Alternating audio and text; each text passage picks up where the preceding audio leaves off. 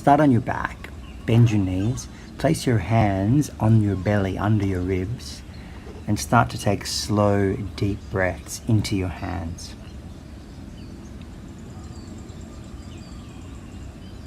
Check that your chin is tucked and your collarbones are broad.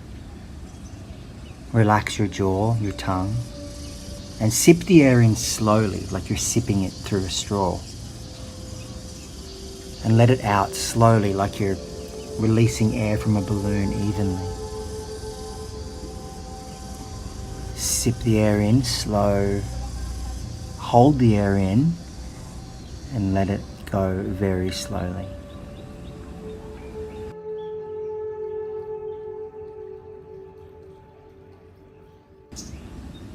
Keep this breath going, and on the next exhalation, lift the hips into the air for a gentle bridge. On the inhalation, lower down slowly. On the exhalation, spread the toes, press into the feet and lift the hips, using your glutes and your hamstring muscles. Notice the sensations in the spine, and keep the rhythm of the breath slow and deep.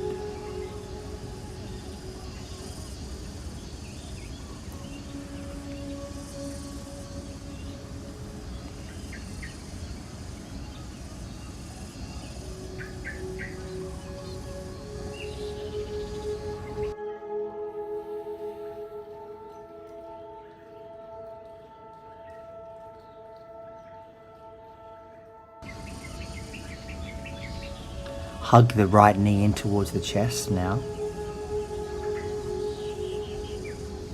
And then warming up the hip, extend through the leg as you inhale and draw the knee in as you exhale. Keep going slowly, experimenting with the angle of the leg. If your hamstrings are quite long and open, you can take the leg towards the ceiling. Otherwise, keep the leg at an angle. No strain, no discomfort. Keeping the leg up now, gently circle the foot very slowly 3 times in each direction.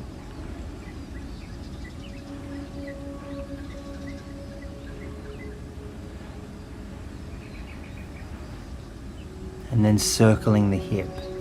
Keep the pelvis stable on the ground and circle the hip slowly 3 times in one direction and then 3 times in the opposite direction.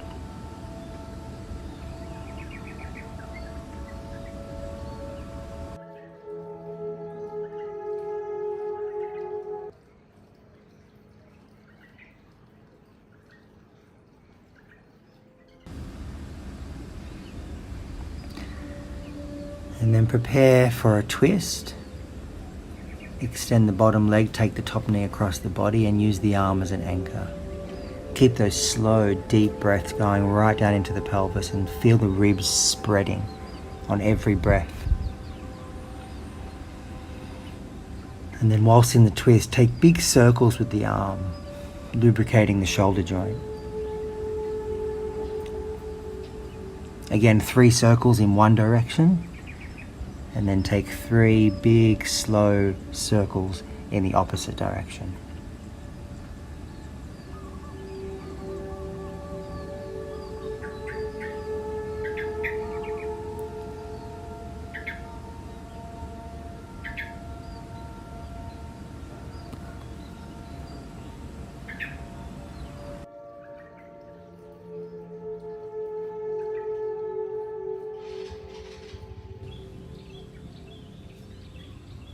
And then release. Return onto the back, taking the right arm above the head for a tricep stretch. Slide the hand underneath the head and neck wherever it's comfortable. And continue to take slow, deep breaths, spreading the ribs 360 degrees.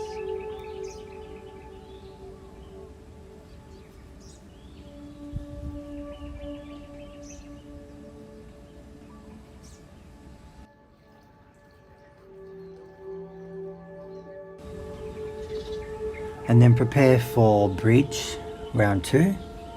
This time, if it feels comfortable, stay up. So lifting up, drawing the knees towards each other, hugging the inner thighs. Again, using the glutes. You don't want to feel this in the lower back, so no squeezing of the back muscles. If you feel that, you're too high, so lower a little and engage the glutes very strongly.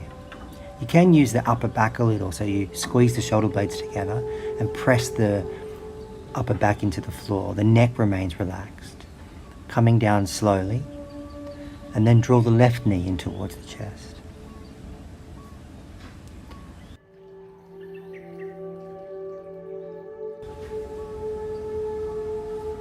Moving into the hips now, extending through the leg. Inhale, draw the leg away, and then exhale, bring it in. Make the feet active. You can spread the toes, point the toes, moving energy into the foot. And then with the leg extended towards the ceiling or the sky, begin to circle the foot very slowly. Without struggle or strain, make sure the circle is your full range of motion. And then the circling of the hips. 3 slow, controlled circles in one direction, and then 3 slow, controlled circles in the other direction. And then use the opposite arm to draw the knee across the body, preparing for the twist. The left arm extends along the floor with the fingers spread. You can turn the head, and then begin to circle the arm, slowly, mindfully. So feeling what's happening in your body rather than thinking about what's happening throughout your day. You're practicing to focus on the present moment. 3 circles in one direction, and then 3 the other way.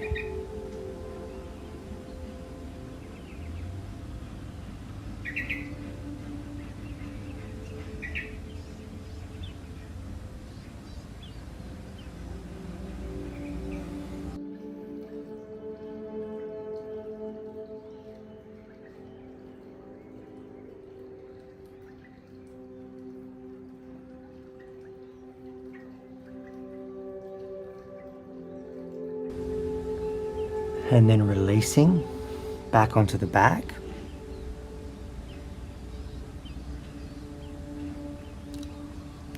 And stretching the tricep on the other arm. Sliding the hand under the head and then resting the head back into the arm. The muscles here can get quite tight, so you can be quite generous with the pulling down of the elbow down between the shoulder blades. And then use gravity and the weight of your head to lengthen through the triceps. Release, prepare for bridge pose, round 3. Extending up, pressing down into the feet. So we press into the heels and then 1 point below the big toe and 1 point below the little toe. If your body's feeling strong this morning or today, whenever you're doing this, you can lift one leg at a time. So on your exhalation, you float one leg off the floor, making it more of a challenge for the opposite glute. If that's too much this morning, just stick with the regular bridge. And then interlace the fingers behind the head and draw the knees together and bring them over to one side. Inhale, come to the middle, and then on the exhalation, go to the other side. Keep drawing the elbows back towards the floor and keep your chin tucked. The collarbones are broad. Keep hugging your ribs in. You're inhaling in the middle, and then you're exhaling to the side, I meant. Again, it's a slow, controlled movement.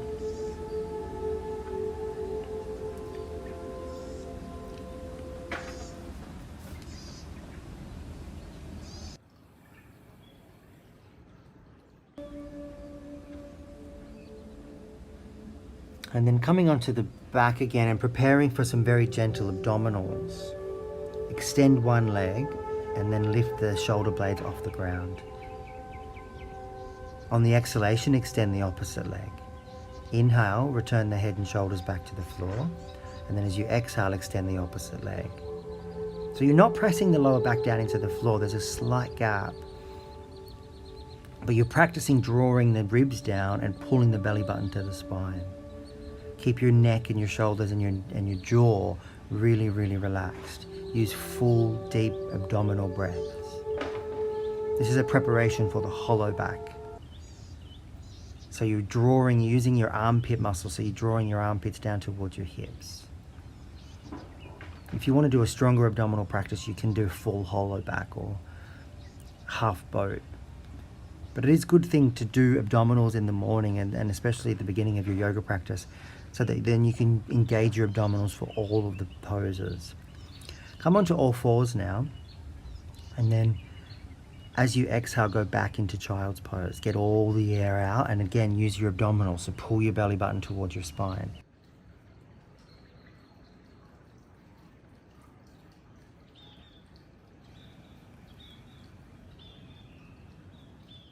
Inhale, keep the hands active, come up, press down into the floor, spreading the fingers.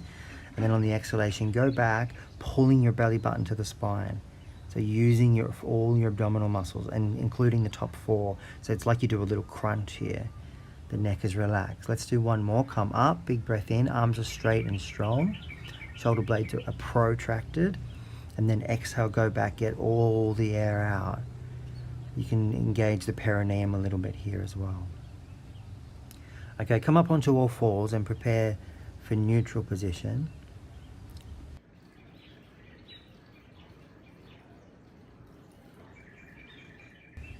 And then float the right leg off the floor, keeping the pelvis stable. Inhale, bring the knee in towards your chest, and then exhale, extend. So it doesn't have to be a big movement here. The purpose here is to use your stabilizers. So the deep core muscles that keep your pelvis and your spine strong and stable. So we want to build endurance. On the last one, extend through the leg and then lift the opposite arm, holding steady here, breathing calmly. And then come over into a modified side plank. So that leg that was extended, place it on the floor, and then come over onto one hand, lifting the other one towards the ceiling. And then take that arm all the way towards the front, taking a big stretch.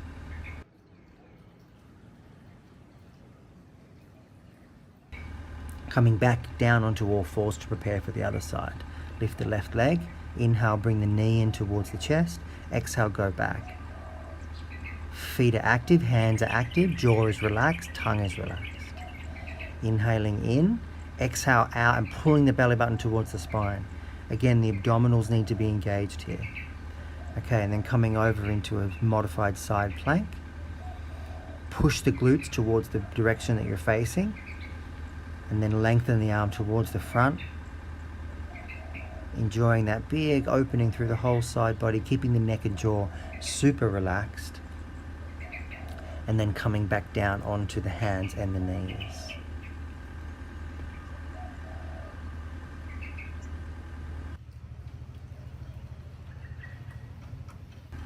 Stretching the wrists now, turn the fingers towards you and then press down into the hands. Take deep breaths into the belly. Somebody just came into the villa then, that's why I said hello. Good morning. She's like, what's this guy doing?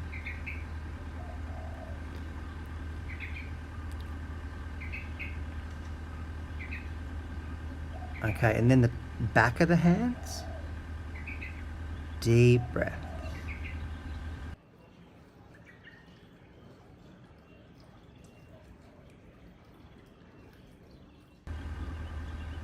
Okay, and then neck rotation. So I do neck rotations every day now. I think it's a real game changer. Remember that the connection between your head and your heart is through your neck. So I feel like, you know, if this channel is blocked, it's going to create a whole lot of problems. So you want to do these circles as often as you can. And the great thing is you can do them anywhere. Okay, I know this is meant to be super gentle, but if you feel like it, come up into a downward dog. If you're not up to doing downward dog, do it on the knees. And then you can come forward into a modified plank, still on the knees, or do full plank. So again, we're using the abdominals here. So we're inhaling forward, getting a really deep, slow, long breath into the belly and the back and sides of the ribs. And then on the exhalation, we're pulling the belly button in, getting all the air out.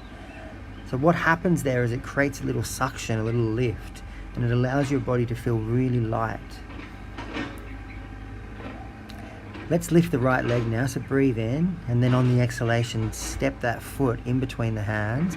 You can take as long as you need to, use your hands here if you need to, and then just coming into a gentle lunge. Go back into the straight leg. So inhale, we're going forward, and then exhale, we go back and we pull the toes back. If your hands don't reach the floor, you can use a couple of blocks, or use a couch or the bed or whatever you. But I do want you to get your leg completely straight, so it doesn't matter if your torso is not down.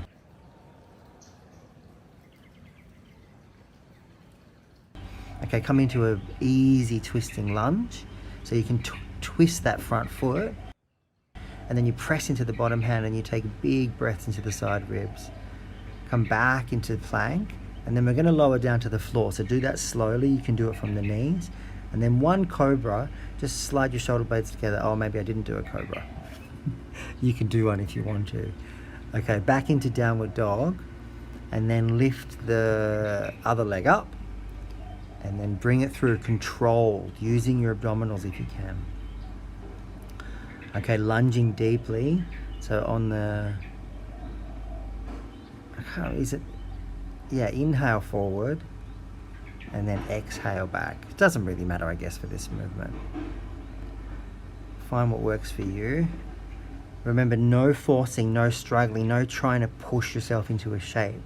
These shapes will come to you with regular, consistent practice that is done really lovingly and really gently. If you force yourself, even in a subtle way, your body will sabotage your efforts subconsciously. You'll make excuses for not wanting to do yoga because your body remembers what a challenge it is. So do not make it a challenge. Do not make it a struggle. Make it a joyful part of your day. Make it the most joyful part of your day. Enjoy being with your body. Enjoy being with your breath. And I promise you that your body will open up with more time spent with it in a very gentle way. Okay, coming back into downward dog. Obviously we did the twist on the other side while I was doing that little rant.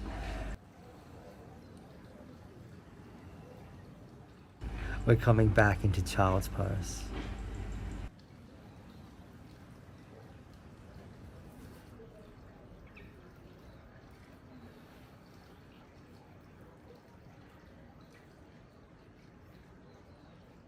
Coming up for a side bend.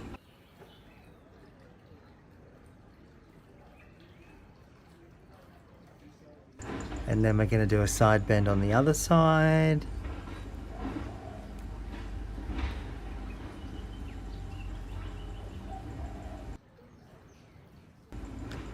And then a little seated twist. So get really long through your spine. Press your toenails into the floor.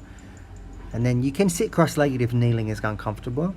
And then twist the other way. And then it's important to spend a few moments at the end of your practice just chilling out, resetting the nervous system.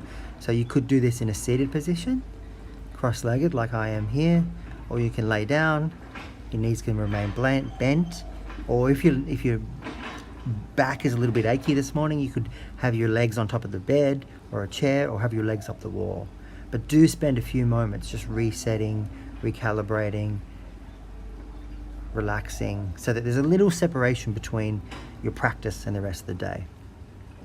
Namaste.